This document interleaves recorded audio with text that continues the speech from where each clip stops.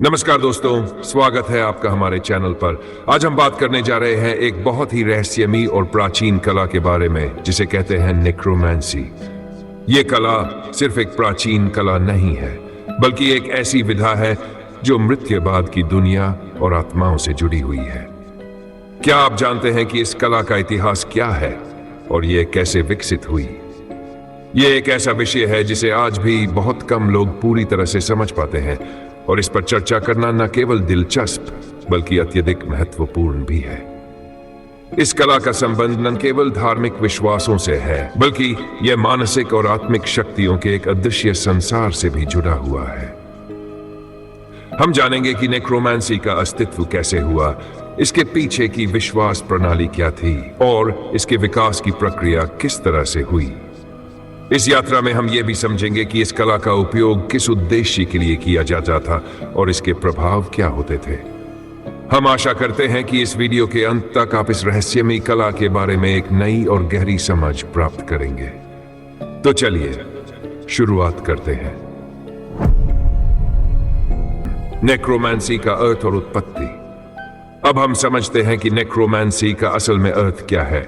यह शब्द ग्रीक भाषा से लिया गया है, जिसमें दो प्रमुख शब्द शामिल है। नेक्रोस, जो मृत या मृत शरीर को दर्शाता है, मांटिया, जो भविष्यवाणी या जांचने को दर्शाता है।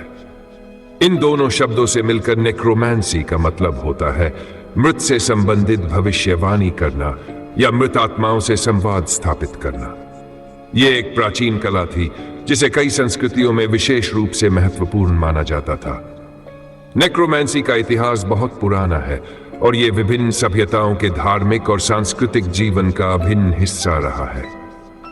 प्राचीन काल में जब लोग मौत और जीवन के बीच के रहस्यों को समझने की कोशिश कर रहे थे, तब नेक्रोमेंसी को एक महत्वपूर्ण तरीका माना जाता था जिससे वे मृत्यु के बाद के जीवन और आत्माओं से जुड़े रहस्यों को जान सकते थे।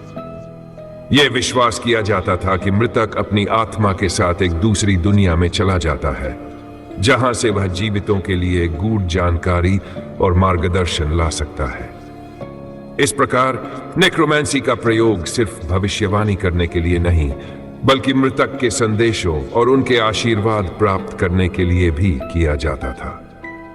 नेक्रोमेंसी के माध्यम से आत्माओं से संवाद स्थापित करने का उद्देश्य कई प्रकार का हो सकता था। सबसे पहले लोग मृतक से यह जानने की कोशिश करते थे कि उनके परिवार या उनके राज्य का भविष्य क्या होगा। क्या कोई बड़ा संकट आने वाला है? क्या किसी विशेष स्थान पर कोई खजाना छुपा हुआ है? ऐसे कई सवाल थे जिनका उत्तर लोग मृतकों से प्राप्त करना चाहते थे। इसके अलावा यह भी माना जाता था कि मृतक आत्माएं उन गूढ़ रहस्यों को जानती हैं जो हमारे जीवन के महत्वपूर्ण पहलुओं को स्पष्ट कर सकती है। इस प्रकार नेक्रोमेंसी को एक तरह से जीवन के हर पहलू में मार्गदर्शन प्राप्त करने का एक स्रोत माना जाता था। प्राचीन सभ्यताओं में इसे एक शक्तिशाली और महत्वपूर्ण उपकरण के रूप में देखा जाता था, यहां तक कि इसका उपयोग न केवल व्यक्तिगत जीवन के लिए बल्कि सामूहिक रूप से राज्य या समाज के भले के लिए भी किया जाता था। उदाहरण के लिए ग्रीक सभ्यता में नेक्रोमेंसी का अत्यधिक महत्व था। ग्रीक देवी देवताओं के साथ संपर्क करने और भविष्यवाणी करने के लिए लोग विशेष रूप से नेक्रोमेंसी का सहारा लेते थे। इस विश्वास को और भी मजबूत किया जाता था कि मृत्यु के बाद आत्मा में विशेष प्रकार की शक्ति और ज्ञान समाहित होता है, जो पृथ्वी पर जीवित लोगों के लिए बहुत महत्वपूर्ण होता था। ग्रीक इतिहास में ओलंपिक खेलों जैसे धार्मिक आयोजनों के समय नेक्रोमेंसी का उपयोग यह जानने के लिए किया जाता था कि अगले विजेता कौन होंगे। इसके अलावा रोमन सभ्यता में भी इस कला का व्यापक उपयोग था। रोमन साम्राज्य में सैन्य अभियानों, शाही निर्णयों और युद्धों के लिए भी नेक्रोमेंसी का सहारा लिया जाता था। इसके अलावा प्राचीन मिस्र, मेसोपोटामिया और भारत में भी नेक्रोमेंसी का प्रचलन था। मिस्र में विशेष धार्मिक अनुष्ठानों के दौरान पिरामिडों और समाधियों में मृतकों से संवाद स्थापित करने के लिए विशेष तरीके अपनाए जाते थे। मिस्रवासियों का मानना था कि मृतक की आत्मा उनके लिए मार्गदर्शक बन सकती है और इसलिए उन्हें इन आत्माओं से संवाद करने का प्रयास किया जाता था। इसी तरह प्राचीन भारतीय धर्मों में भी मृतकों के साथ संवाद स्थापित करने के लिए अलग अलग विधियां थी, जो अक्सर तंत्र मंत्र और पूजा पाठ के रूप में होती थी। नेक्रोमैंसी की यह विशेषता भी थी कि इसे केवल उन लोगों तक सीमित नहीं रखा गया था जो विशेष रूप से धर्म से जुड़े होते थे, बल्कि यह कला आम लोगों के बीच भी प्रचलित थी। शमन, जो कि आदिवासी और प्राचीन संस्कृतियों में एक विशेष धार्मिक व्यक्ति होते थे, वे इस कला में निपुण होते थे। वे मृतकों के साथ संवाद करने के लिए विशेष अनुष्ठान करते थे, जिनके माध्यम से वे अपने समुदाय को संकट से बाहर निकालने का प्रयास करते थे। समय के साथ नेक्रोमैंसी का प्रभाव धीरे धीरे घटने लगा, लेकिन इसका अस्तित्व हमेशा बना रहा। मध्यकाल में, विशेष रूप से यूरोप में, यह विश्वास किया जाता था कि मृतकों की आत्माएं अंधेरे और खतरनाक शक्तियों से जुड़ी हुई होती थीं। इस दौरान जादू टोना और ब्लैक मैजिक्स से जुड़ी अनेक प्रथाएं प्रचलित हुई, जो नेक्रोमैंसी के रूप में अस्तित्व में आईं। हालांकि इस समय यह कला अधिकतर डर और भ्रम के कारण नकारात्मक रूप में देखी जाने लगी। अंततः नेक्रोमैंसी का आज के समय में उपयोग बहुत सीमित हो गया है, लेकिन इसके इतिहास और विकास को समझना हमें यह दिखाता है कि यह एक समय में मानवता के लिए कितना महत्वपूर्ण था। यह केवल एक काल्पनिक या जादुई कला नहीं थी, बल्कि यह एक ऐसी व्यवस्था थी जो जीवन, मृत्यु और आत्माओं के बीच के संबंध को समझने के प्रयास में उत्पन्न हुई। नेक्रोमैंसी के प्रकार और विधियां। नेक्रोमैंसी कोई एक समान प्रक्रिया नहीं थी। यह समय, स्थान और संस्कृति के अनुसार कई रूपों में विकसित हुई। अलग अलग परंपराओं और विश्वासों के अनुसार इसकी अनेक विधियां थी, जिनके माध्यम से मृतकों से संवाद स्थापित किया जाता था। अनुष्ठानिक नेक्रोमैंसी, अत्विक पद्धति, यह वह पद्धति थी जिसमें विशेष अनुष्ठानों और धार्मिक विधियों का प्रयोग किया जाता था। साधक पवित्र स्थान पर जाकर मंत्रोच्चारण करता था, खास प्रकार की धूप, दीप और औषधियों का प्रयोग करता था, जिससे एक ऊर्जा क्षेत्र निर्मित हो सके। यह क्षेत्र आत्माओं को आकर्षित करता था और उनके साथ संपर्क स्थापित करने में सहायता करता था। समाधि और कब्र आधारित साधना। कुछ परंपराओं में साधक सीधे मृतकों की समाधि या कब्र पर जाकर साधना करते थे। उन्हें विश्वास होता था कि उस स्थान पर आत्मा की उपस्थिति अधिक सघन होती है। वहां विशेष चक्र, यंत्र और तांत्रिक पद्धतियों से साधक आत्मा को प्रकट करने का प्रयास करता था। यह विधि अत्यंत संवेदनशील मानी जाती थी। स्वप्न और ध्यान के माध्यम से संपर्क। कुछ साधक मृत्यु के बाद की आत्माओं से स्वप्न अवस्था में संपर्क साधते थे। ध्यान, मौन और आंतरिक साधना द्वारा वे अपने अवचेतन मन को उस ऊर्जा के साथ जोड़ते थे जिसे आत्मा संवाद कर सके। इसे शांत और शुद्ध नेक्रोमैंसी कहा जाता था, क्योंकि इसमें बाहरी अनुष्ठानों का प्रयोग कम होता था और आंतरिक शुद्धता अधिक महत्वपूर्ण होती थी। रक्त या बलि द्वारा सक्रिय नेक्रोमैंसी।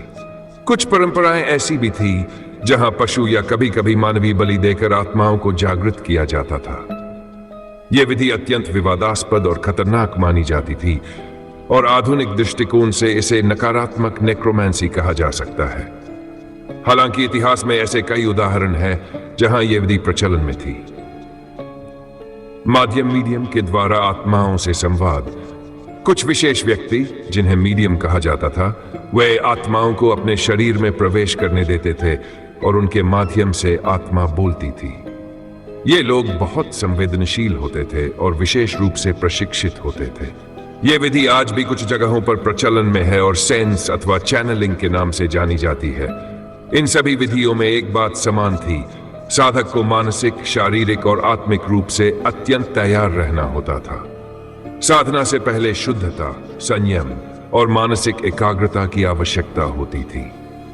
कहा जाता है कि यदि यह साधना बिना तैयारी के की जाए तो साधक को मानसिक विक्षिप्तता, भ्रम या भयावह अनुभवों का सामना करना पड़ सकता है। इसके अलावा प्रत्येक संस्कृति में नेक्रोमैंसी को लेकर अलग अलग दृष्टिकोण भी थे।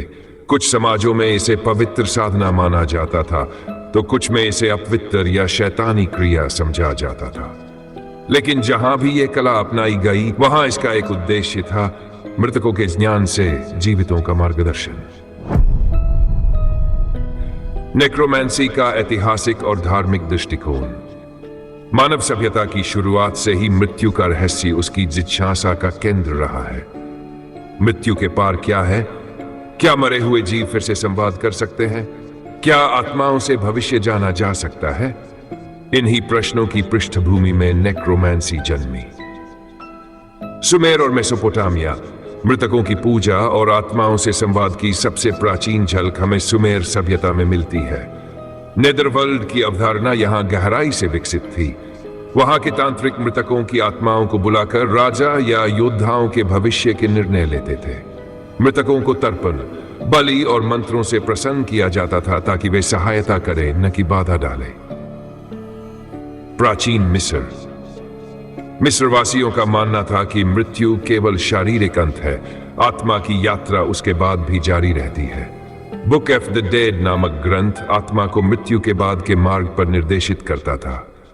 विशेष पुरोहित और जादूगर आत्मा से संवाद करने के लिए अनुष्ठान करते थे। पिरामिडों में यह विश्वास था कि आत्मा शरीर के आसपास रहती है और विशेष क्रियाओं द्वारा प्रकट हो सकती है। यूनान और ओरेकल ऑफ डेड।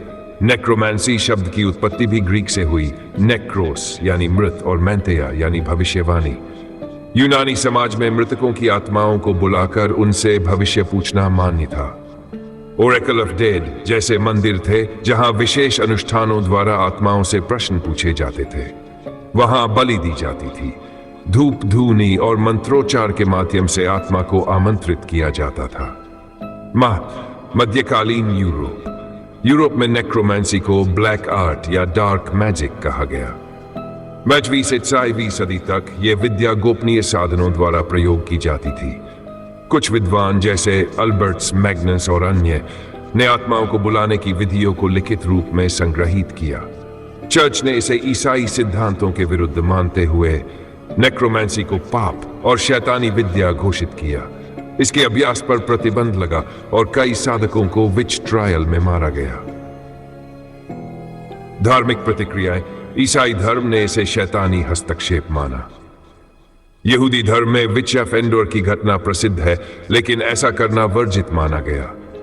इस्लाम में आत्माओं से संवाद की अनुमति नहीं है। इसे ईश्वर के आदेशों के विरुद्ध और शिर्क की श्रेणी में माना गया। निष्कर्ष। नेक्रोमैंसी केवल एक जादुई कला नहीं, बल्कि यह सभ्यता की मृत्यु को समझने और पार करने की जिज्ञासा की अभिव्यक्ति रही है। जिन सभ्यताओं ने इस विद्या को स्वीकार किया, उन्होंने आत्मा, जीवन और मृत्यु के संबंध को नए दृष्टिकोण से देखा। यह विद्या रहस्य, भय, शक्ति और ज्ञान चारों का मिश्रण रही है। नेक्रोमैंसी की आधुनिक छवि और वैज्ञानिक दृष्टिकोण। वाक्य दर्शकों से संवाद। मित्रों, अब तक हमने नेक्रोमैंसी की उत्पत्ति और उसके प्राचीन रूपों को जाना, लेकिन क्या यह विद्या आज भी प्रचलन में है? क्या आत्माओं से संवाद की कोशिशें आज भी की जाती हैं और विज्ञान इसका क्या उत्तर देता है? आइए इस अंतिम भाग में इन सवालों पर विचार करें। आधुनिक युग में नेक्रोमैंसी की उपस्थिति। आज नेक्रोमैंसी का रूप बदला है। अब यह कब्रिस्तान या मंदिरों तक सीमित नहीं, बल्कि स्पिरिचुअल सर्कल्स, मीडियम्स और ओकल्ट लॉज में देखा जाता है। कुछ लोग आज भी मानते हैं कि विशेष व्यक्ति आत्माओं से संवाद कर सकते हैं। इनका दावा है कि मृत आत्माएं संकेतों, स्वप्नों या माध्यमों के जरिए संदेश देती हैं। ओइजा बोर्ड और मनोवैज्ञानिक प्रभाव। ओइजा बोर्ड एक साधन है जिससे आत्मा बुलाने की कोशिश की जाती है। यह एक तख्ती होती है जिस पर अक्षर और हाँ ना लिखा होता है। लोग इसमें उंगलियां रखते हैं और आत्मा से प्रश्न पूछते हैं, लेकिन वैज्ञानिक इसे आइडियोमोटर इफेक्ट मानते हैं, यानी व्यक्ति की मांसपेशियां अनजाने में हरकत करती हैं।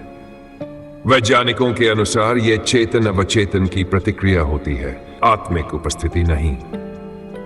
विज्ञान का दृष्टिकोण। अब तक विज्ञान आत्मा या मृत्यु के बाद जीवन को सिद्ध नहीं कर सका है। मस्तिष्क की मृत्यु के साथ चेतना समाप्त होती है, यही वैज्ञानिक निष्कर्ष है। हालांकि कुछ शोध जैसे नियर डेथ एक्सपीरियंस या क्वांटम थ्योरी ने सवाल उठाए हैं, पर पुख्ता प्रमाण अब तक नहीं मिले। फिल्मों और कहानियों में नेक्रोमैंसी आज के मीडिया में खूब दिखाई जाती है। द कॉन्जरिंग, हैरी पॉटर या द सिक्स्थ सेंस जैसी फिल्मों में आत्माओं से संवाद, रोमांच और भय के साथ दिखाया गया है। यह कल्पना पर आधारित होते हुए भी दर्शकों को मृत्यु के पार की दुनिया के प्रति जिज्ञासु बनाते हैं। नैतिकता और खतरे। नेक्रोमेंसी पर नैतिक प्रश्न उठते हैं। क्या आत्मा को बुलाना उचित है? क्या यह मृतकों की शांति भंग करता है? क्या यह लोगों के भावनात्मक शोषण का जरिया बन चुका है? इन प्रश्नों पर सोच जरूरी है, क्योंकि यह सिर्फ विश्वास का मामला नहीं, आत्मिक संतुलन का विषय भी है। तो मित्रों, नेक्रोमेंसी एक रहस्यमयी विद्या है, ना पूरी तरह सिद्ध, ना पूरी तरह खंडित। यह हमें मृत्यु के पार की संभावनाओं से जोड़ती है, लेकिन साथ ही सावधानी भी मांगती है। क्या यह सच में आत्माओं से संवाद है या सिर्फ हमारे भय और आस्था का प्रतिबिंब? इस प्रश्न का उत्तर हर कोई स्वयं ही खोजता है। अगर यह विषय आपको रोचक लगा हो तो अगले भाग में और गहराई में उतरेंगे। आत्मा, रहस्यवाद और चेतना के रहस्यों पर जुड़े रहिए।